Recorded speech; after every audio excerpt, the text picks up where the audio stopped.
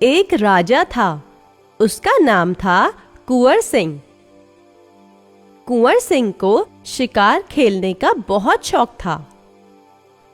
वो जब भी खाली होता तो वह अक्सर जंगल में शिकार करने के लिए चला जाता था। वहां जाकर वो शिकार करता और उसके बाद जब वो थक जाता तो वापस अपने घर आ जाता था। मगर अक्सर वो शिकार के लिए निकलता तो बहुत देर बाद ही लौटता था, क्योंकि शिकार करना उसे बहुत पसंद था और कभी भी वह शिकार के लिए अकेला नहीं जाता था। वह जब भी जाता तो अपने साथ 6-7 सिपाहियों को लेकर जाता, क्योंकि जंगल में अगर वो रास्ता भूल जाए तो उसे सिपाहियों का साथ मिले। वो सिपाही भी राजा के पीछे पीछे चलते थे और राजा जब लौटते थे तो वह भी राजा के साथ लौट आते थे। एक दिन की बात है, शिकार करते करते राजा थक गए। एक पेड़ के पास पहुंचकर कुंवर सिंह ने अपने सिपाहियों से कहा, देखो, मुझे थकान सी हो रही है। मैं थोड़ी देर के लिए आराम करना चाहता हूँ।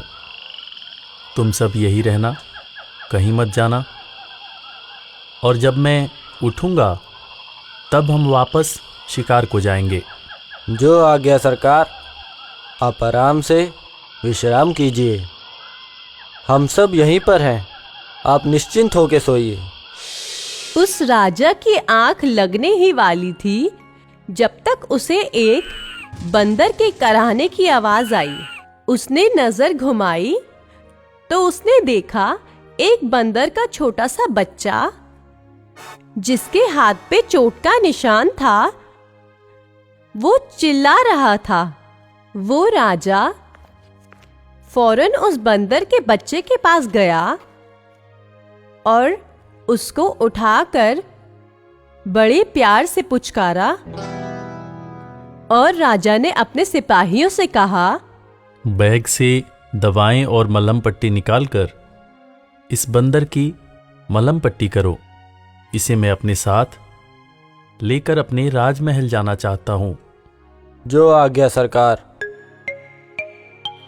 सिपाहियों ने बंदर के बच्चे की मलहम पट्टी की। उसके बाद वो बंदर के बच्चे को लेकर राजा के साथ राजमहल आ गए। राजा ने लगातार कुछ दिनों तक बंदर के बच्चे का इलाज करवाया, जिससे बंदर का बच्चा बिल्कुल ठीक हो गया। बंदर के बच्चे का राजा से लगाव हो गया। राजा ने भी फैसला किया कि अब ये बंदर यहीं रहेगा। हालांकि मंत्रियों ने राजा को समझाया, महाराज, बंदर आखिर है तो जानवर ही। आपको इसको अपने साथ नहीं रखना चाहिए। मगर राजा जिद पे अड़ गया।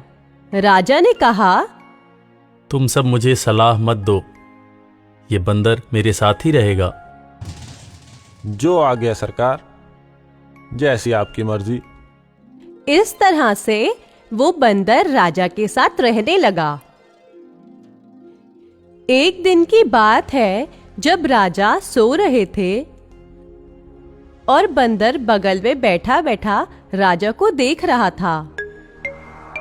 अचानक से एक मक्खी राजा के नाक पर आ गई। मक्खी को हटाने के लिए बंदर ने हाथ हिलाया।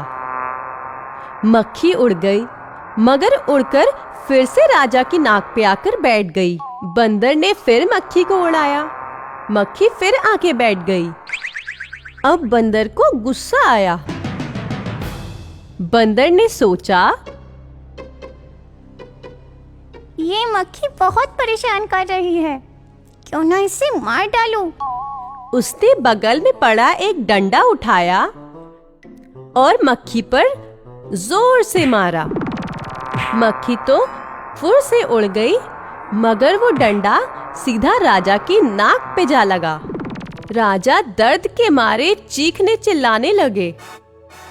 नौकर आए तो उन्होंने देखा राजा घायल पड़े हुए हैं। राजा ने नौकरों से कहा, तुम लोगों ने सही कहा था कि आखिर ये बंदर है तो जानवर ही।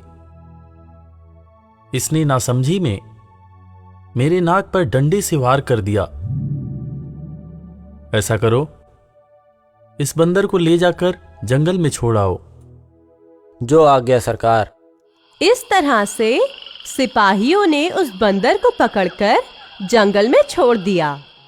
राजा को यह बात समझ में आ गई थी कि किसी नासमझ इंसान या जानवर को अपने साथ रखना खतरे से खाली नहीं होता है।